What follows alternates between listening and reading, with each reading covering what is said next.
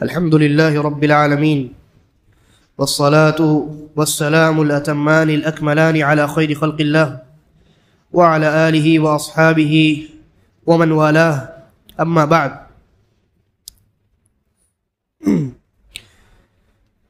نماز تراویح میں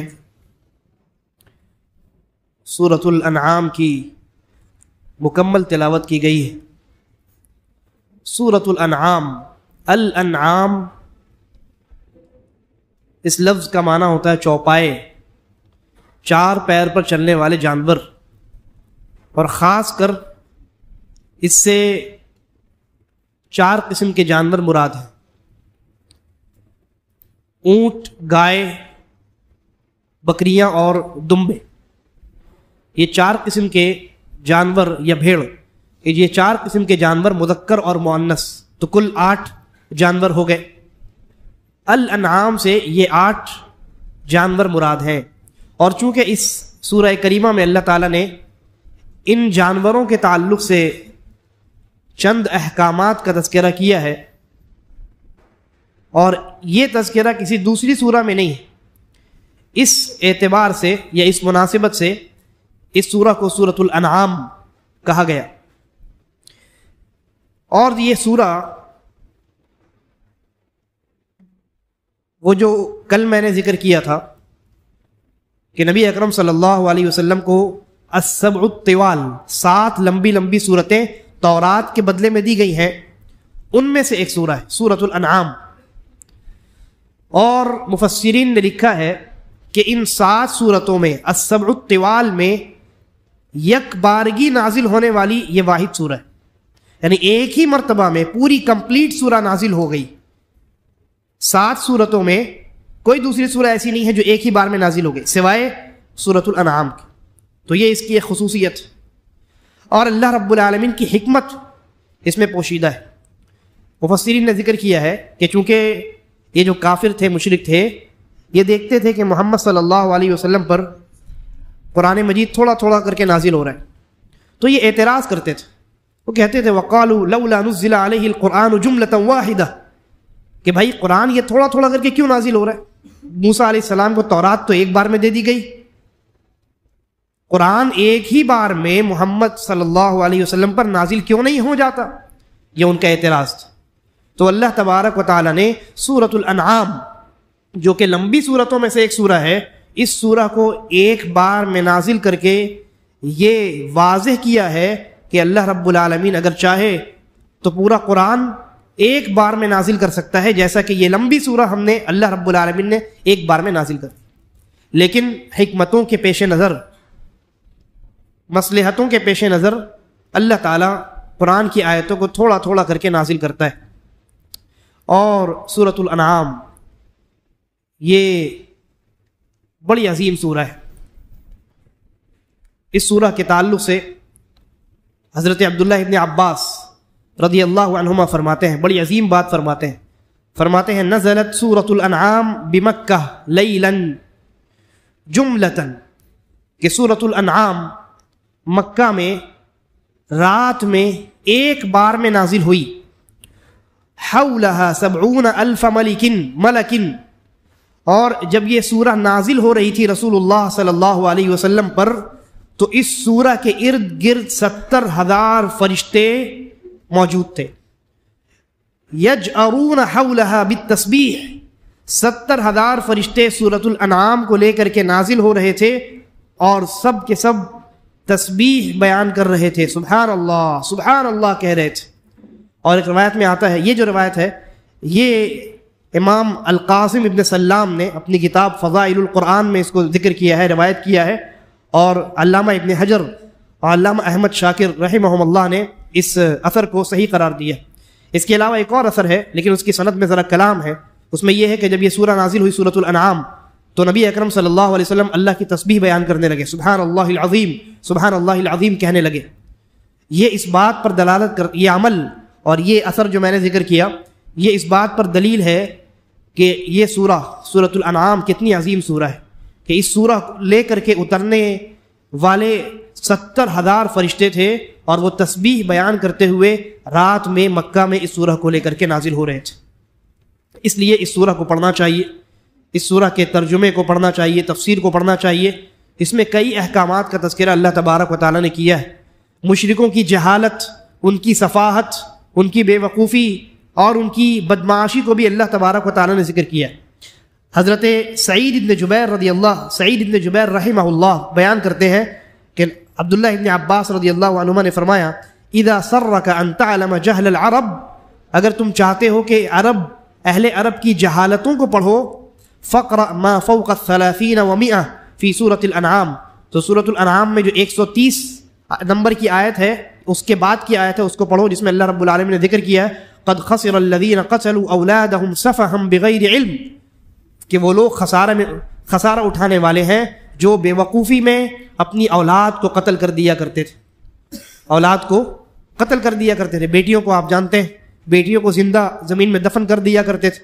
یہ اہل عرب پر ایک بہت بڑا داغ تھا جس کو وہ اپنے دامن سے کبھی دھو نہیں سکتے۔ اسلام نے آ کر کے اس ظلم کو بدل دیا۔ تو یہ سورۃ الانعام ہے۔ سورۃ الانعام میں اللہ رب العالمین نے حضرت ابراہیم علیہ السلام کا ذکر فرمایا ہے، اور بالکل ارلی اسٹیج کا ذکر کیا ہے کہ جب ابراہیم علیہ السلام جوان ہوئے اور اللہ تعالیٰ کی نشانیوں میں وہ غور کرنے لگے تو انہوں نے اپنے والد سے کہا، اللہ تعالیٰ فرماتا ہے وَإِذْ قَالَ إِبْرَاهِيمُ لِأَبِيهِ آزَرَ، ابراہیم نے جب اپنے والد آزر سے کہا، معلوم ہوا کہ ابراہیم علیہ السلام کے والد کا نام کیا تھا؟ آزر۔ انہوں نے کہا اپنے والد سے أَتَتَّخِذُ أَصْنَامًا آلِهَةً، کیا آپ اپنے ہاتھوں سے تراشے گئے بتوں کو، آئیڈلز کو معبود بناتے ہیں؟ انی اراک وقومک فی ضلال مبین، میں آپ کو اور آپ کی قوم کو بہت بڑی گمراہی میں دیکھتا ہوں۔ آپ بڑی گمراہی میں مبتلا ہیں، بہت بڑی گمراہی میں، ہلاکت اور بربادی میں آپ مبتلا ہیں۔ یہ تو بے وقوفی والا کام ہے، اپنے ہی ہاتھ سے بتوں کو تراشا جائے اور پھر انہی کے سامنے اپنے سر کو جھکایا جائے۔ اگر بت اگر عظمت والے ہیں تو ان کو آپ نے کیوں تراشا، اور اگر وہ عظمت والے نہیں ہیں تو ان کے سامنے آپ نے سجدہ کیوں کیا؟ اللہ تعالیٰ فرماتا ہے وَكَذَلِكَ نُرِي إِبْرَاهِيمَ مَلَكُوتَ السَّمَاوَاتِ وَالْأَرْضِ وَلِيَكُونَ مِنَ الْمُوقِنِينَ، ہم نے اسی طرح ابراہیم کو زمین اور آسمان کی نشانیوں کا ہم نے انہیں علم دیا تاکہ وہ ایمان میں اور یقین میں پکے ہو جائیں۔ ابراہیم علیہ السلام رات کو اٹھتے اور وہ آسمان میں جو ستارے ہوتے ان ستاروں کو دیکھتے اور یہ کہتے کہ ہو سکتا ہے کہ یہ ہمارا رب ہے۔ ستارے جو آسمان میں چمک رہے، لیکن جب صبح ہونے لگتی اور ستارے چھپ جاتے، ستارے غائب ہو جاتے، تو کہتے ہیں کہ جو چھپ جانے والا ہے وہ میرا رب کہاں سے ہو سکتا ہے؟ پھر چاند کو دیکھتے اور کہتے کہ چاند میرا رب ہے، لیکن جب چاند بھی چھپ جاتا، غائب ہو جاتا، تو کہتے اے اللہ اگر تو نے مجھے ہدایت نہیں دی تو میں گمراہ ہو جاؤں گا، یہ بھی چھپ گیا۔ اس کے بعد سورج کو دیکھتے اور کہتے کہ ہاں ممکن ہے کہ یہ میرا رب ہو، اس لیے کہ یہ بہت بڑا ہے، باقی دونوں چیزوں سے یہ بہت بڑا ہے، ہو سکتا ہے یہ میرا رب ہو۔ لیکن جب سورج بھی غروب ہو جاتا تو ابراہیم علیہ السلام کو اس بات کا علم ہو جاتا کہ نہ سورج رب ہے، نہ چاند رب ہے، نہ ستارے رب ہیں، رب تو اللہ رب العالمین کی ذات۔ اور پھر اس کے بعد توحید کی اس مشن کو لے کر کے حضرت ابراہیم علیہ السلام آگے بڑھتے ہیں۔ حضرت ابراہیم علیہ السلام کے والد یعنی آزر بت پرست تھے، اور ابراہیم علیہ السلام نے جب اپنی دعوت کا آغاز کیا تو ان کے والد یعنی آزر ان کے خلاف ہو گئے اور ان کو اپنے گھر سے نکال دیا۔ کہا کہ اگر اپنی دعوت سے باز نہیں آؤ گے، مجھے روکنا ٹوکنا بند نہیں کرو گے تو پتھروں سے مار کر سنسار کر دوں گا۔ اور یہ کہہ کر کے حضرت ابراہیم علیہ السلام کو گھر سے نکال دیا۔ ابراہیم علیہ السلام نے دعا کی، اللہ تعالیٰ سے مغفرت طلب کی۔ اللہ رب العالمین نے حضرت ابراہیم علیہ السلام کو مغفرت طلب کرنے سے بھی منع کر دیا۔ اللہ تعالیٰ نے حضرت ابراہیم علیہ السلام کو مغفرت طلب کرنے سے اپنے والد کے لیے منع کر دیا، اس لیے کہ وہ مشرک تھے۔ اس کے بعد ابراہیم علیہ السلام نے ایک دعا مانگی، اور اس دعا میں ابراہیم علیہ السلام نے یہ کہا کہ اے اللہ مجھے قیامت کے دن رسوا نہ کرنا، قیامت کے دن مجھے ذلیل نہ کرنا۔ اس سلسلے میں ایک حدیث ملاحظہ کیجیے۔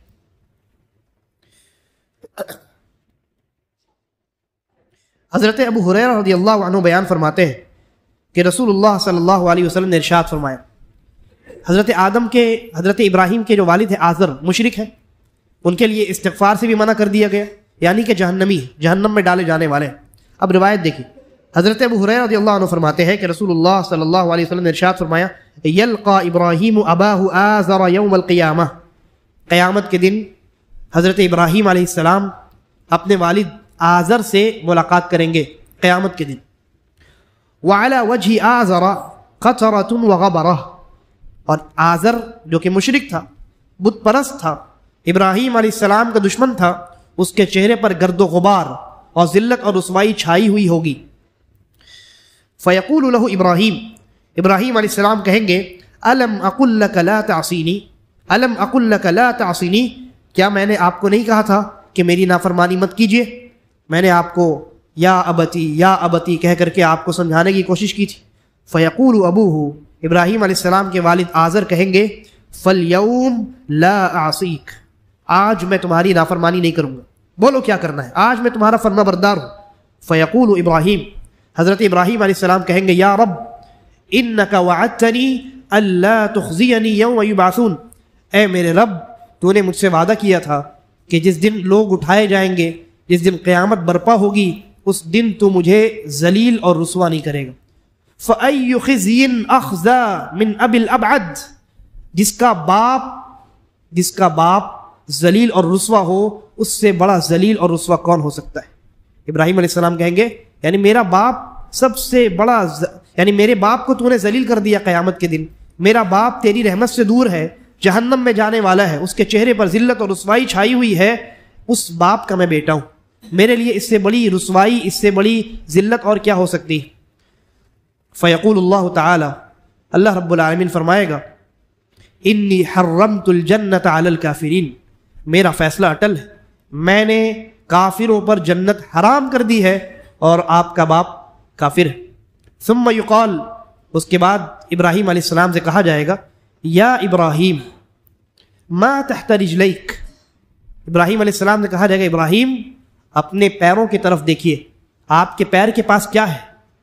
فینظر، ابراہیم علیہ السلام اپنے پیر کی طرف دیکھیں گے، فاذا ہوا بذیخ ملتطخ، دیکھیں گے کہ میرے پیر کے پاس ایک بہت زیادہ بالوں والا اور گندگی اور غلاظت میں اٹا ہوا ایک جانور پڑا ہوا ہے۔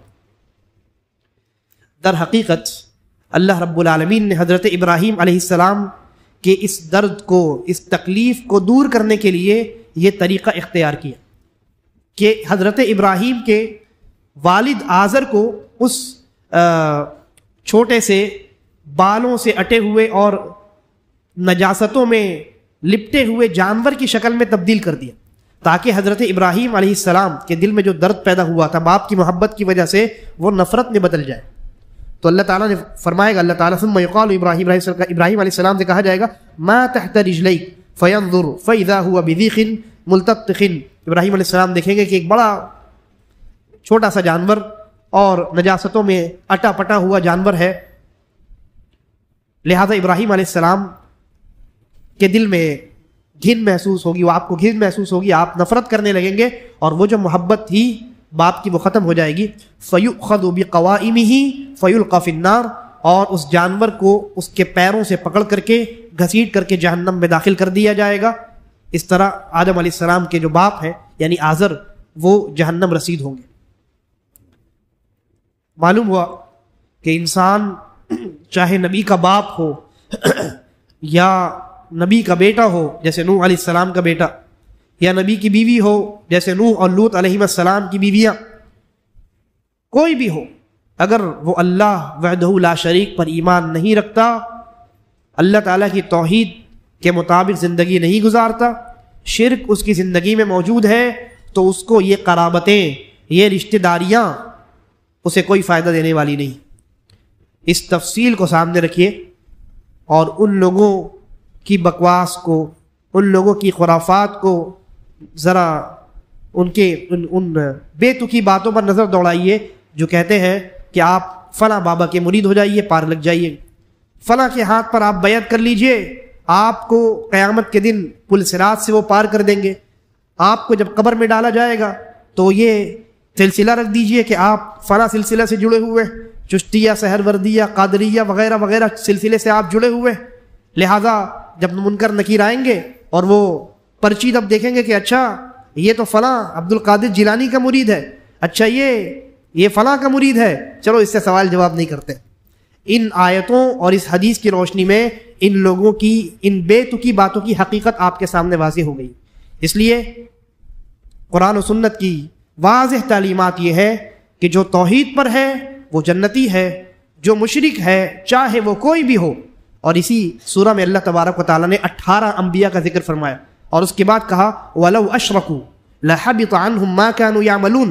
نبی کی بیویاں، نبی کے بیٹے اور نبی کے باپ کیا ہیں، اگر نبی بھی شرک کریں تو ان کے بھی اعمال برباد ہو سکتے ہیں۔